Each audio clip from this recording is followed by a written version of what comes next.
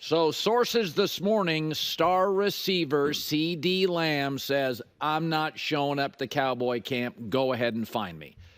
I think because of their scarcity of weapons, they just don't have much offensively right now. He's going to get his money in a new contract. And then I think by the end of the year, they'll pony up the Brinks truck for Micah and Dak. Listen, the last 8 seasons have been pretty good for the Cowboys. Pretty good. Better than most. 4 division titles, 5 playoff appearances, a couple playoff wins in 8 years isn't enough. But I think this season marks the slow, steady decline of the Cowboys. And you thought you'd seen the worst of it. Dak, in his prime still, probably late prime, will keep you relevant. He's a B-plus quarterback. But they are going to, and it'll start with C.D. Lamb's contract, get absurdly top-heavy. That's why they couldn't spend any money. They're too top-heavy now in free agency. There's 2 factors that really play into this steady decline. The NFC was weak and wide open for the last several years, and they couldn't take advantage of it. Now San Francisco, Detroit, and Philadelphia are loaded, have much better rosters than the Cowboys. The Rams and the Packers have much better young talent. Atlanta, with Kirk Cousins, more good players offensively in an offensive league than Dallas.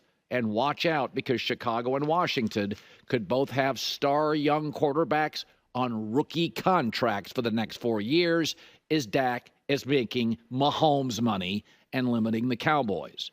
I looked at their schedule this morning. There are 4 games they should be heavily favored. The Giants twice. New Orleans and Carolina. Probably favored over Tampa too, but it's close. Outside of that, every other game is a coin flip and very losable. And in most instances, in this offensive league, the teams they play have more good weapons. This is what happens when an 81-year-old man, Jerry Jones, sees himself as the general manager, and because he is front and center, he has leaned on very vanilla coaching. Parcells and Jimmy Johnson worked, and they're gone. It's been Jason Garrett, it's been Mike McCarthy, both capable, but in situational football moments, did you trust either? So the schedule is tough. They're going to get absurdly top-heavy. C.D. Lamb probably wins this holdout.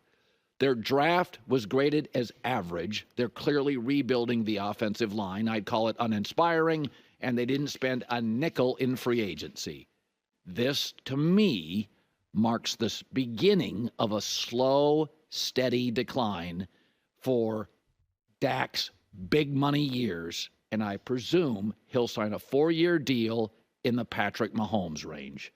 Mark Sanchez yesterday sees the same issues. Think about the difference between maybe Dak and the Cowboys his rookie year and the talent he had around him, the other explosive players. Who's going to help this team elevate suddenly, and where are the weapons? Who am I throwing to? Who's keeping the defensive coordinators up at night like, dang, what are we going to do about this guy?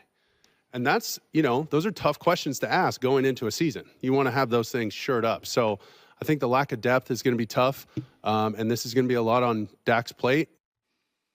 Now some positive stories. Okay. Well, that was the only thing about the Dallas Cowboys. Okay.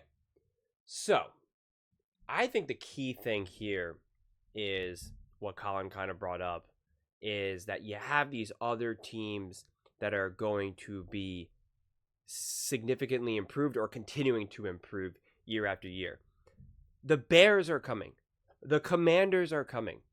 The Eagles have always been there. Right? That's just a reality for the Cowboys, whether Cowboys fans want to admit it or not. The 49ers are going to continue to be good. The Lions are going to continue to be good. It's just, and the Cowboys couldn't win when all of those teams weren't necessarily consistent, when people could confidently say that the NFC was weak. That's no longer the case. The NFC is stacked now with 2 teams and QBs and young rosters, and like Colin pointed out, having a couple teams that are going to be potentially like great quarterbacks on rookie deals, which we know is a big deal, one of them being in the division. Like the past 8 years was the chance for the Cowboys to win it all, to take advantage of the fact that the 49ers didn't have a consistent quarterback. Same thing with the Eagles, jumping around from Carson Wentz to Jalen Hurts, firing a coach, having the big collapse that the Eagles had last season. The fact that the Lions hired a new coach, made a play for Goff, wasn't sure if that was going to work out, kind of got off to a slow start. The Packers struggling with Aaron Rodgers and had to move on from Aaron and get this rookie Jordan Love, or not rookie, but, first year starter, Jordan Love. The Commanders a disaster, the Giants a disaster. You have all these teams that were not really doing a whole lot or struggling to stay afloat. And that was the time for the Cowboys to take over, to win, as seen by 12-win seasons. And they couldn't put it together. And I understand what Colin said, where he said the last 8 years were successful, relatively successful, more than most. But it's the Dallas Cowboys.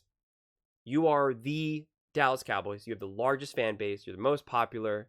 They talk about you more than any other team in the media, probably more than even the Kansas City Chiefs. And you didn't even make it to an NFC Championship game. That, under those expectations, is a disaster. Sure, if you were the Cleveland Browns, the Carolina Panthers, then you could say that was really successful and you were competitive and you could be proud of that. And I'm always the one that says you can't measure a year based on whether or not a year's level of success based on whether you win or not in terms of a Super Bowl, because most years you're not going to win a Super Bowl. Majority of Mahomes' career, he's not going to win a Super Bowl despite what people maybe think. The majority of Tom Brady's career did not win a Super Bowl. So it's not necessarily always Super Bowl or bust. But the reality is they never ever really had a chance. And when you look back on those teams, the teams that you thought had a chance, they didn't. To me, that's the difference. It's like seeing the Eagle season last season as a failure, and it was, but in hindsight, when you look back on that team, you're like, they never really had a chance. So I can't be too unhappy that they didn't win. Same thing with the Bills, the Ravens, whatever it may be. So with the Cowboys, you have to say that you haven't had a Super Bowl worthy team in 8 years. That's not good enough. That's just not. You are the Dallas Cowboys. Dak Prescott is getting paid like Patrick Mahomes. Cowboys fans want to tell me that Dak is like a top 2 quarterback, that he's only second to Mahomes. McCarthy is a Super Bowl winning head coach. You had elite defensive coordinators. Most recently, Dan Quinn, elite defensive coordinator. You have Micah, CD. You had Zeke, Dez. You have all these names. You have all these big names. You were top 3 in most All-Pro and Pro Bowlers in the NFL. And you couldn't put it together. That is a fundamental problem.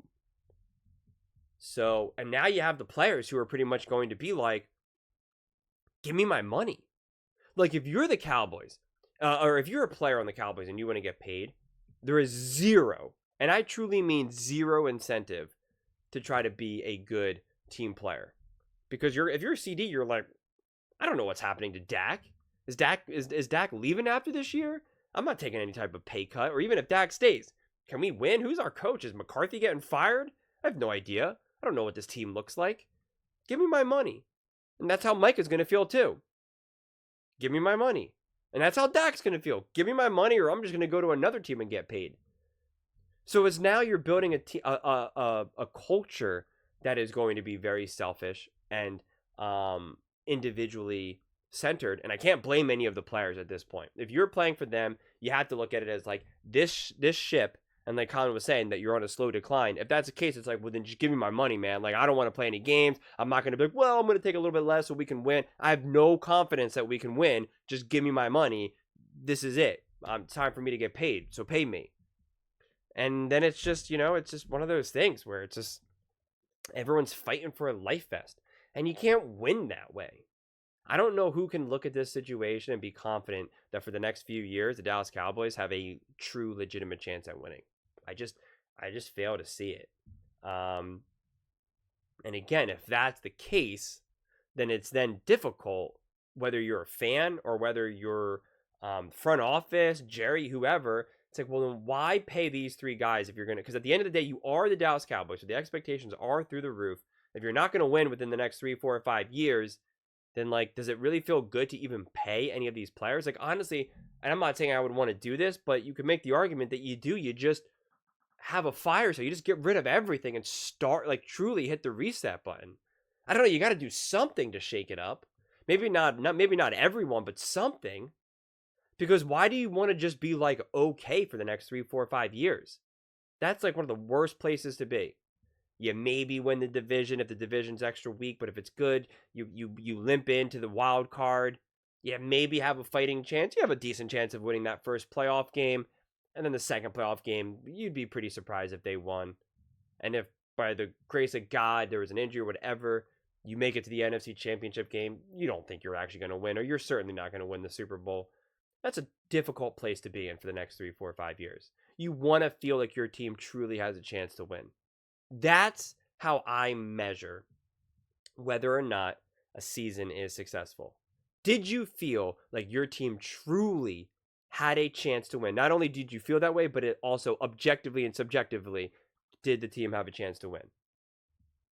That's why in 2022, the Eagles team was a success, even though they lost, because they had a true chance. The Cowboys, on the other hand, no. The 49ers, yes. The Bills, no. The Packers, different expectations at that time. Same thing kind of with the Lions. That's why the Cowboys are held to such a higher standard.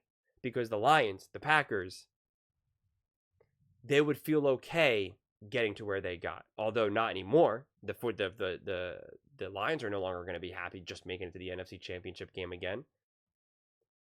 So it's just the oldest saying, heavy is the head that wears the crown. When you have these expectations, when you are considered to be an elite, blue blood, blue chip, top of the line franchise, the standards have to be higher. If you get talked about all the time in the media, you get all the attention, then you're going to get criticized. So I really am dumbfounded by all of this, because it's as you can see the tagline, it says, how will Dallas clean up contract mess? That's really what the Dallas Cowboys are right now. They are just a gigantic mess. Because also think about how all these other teams are wheeling and dealing, signing quarterbacks, signing wide receivers. They're actually making concrete moves. The Cowboys have done nothing. And yet you expect it to turn into something? Not me. But those are just my thoughts. I would absolutely love to hear yours. What do you guys all think about the Dallas Cowboys and the slow decline? Do you agree with Colin that all 3 of these guys, Micah, CD, and Dak, are ultimately all going to get paid by Dallas? Let me know in the comments below. I read every single comment, so whether you agree with me or disagree with me, either way, let's get in some discussions, let's get in some fights, but ultimately, let's just have some fun. And please do consider subscribing. We are building an amazing community here, and I would absolutely love to see you part of it.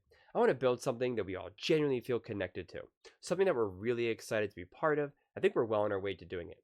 And please don't forget to give this video a thumbs up, as it really does help with the visibility and the algorithm. Thank you so much, and see you next time.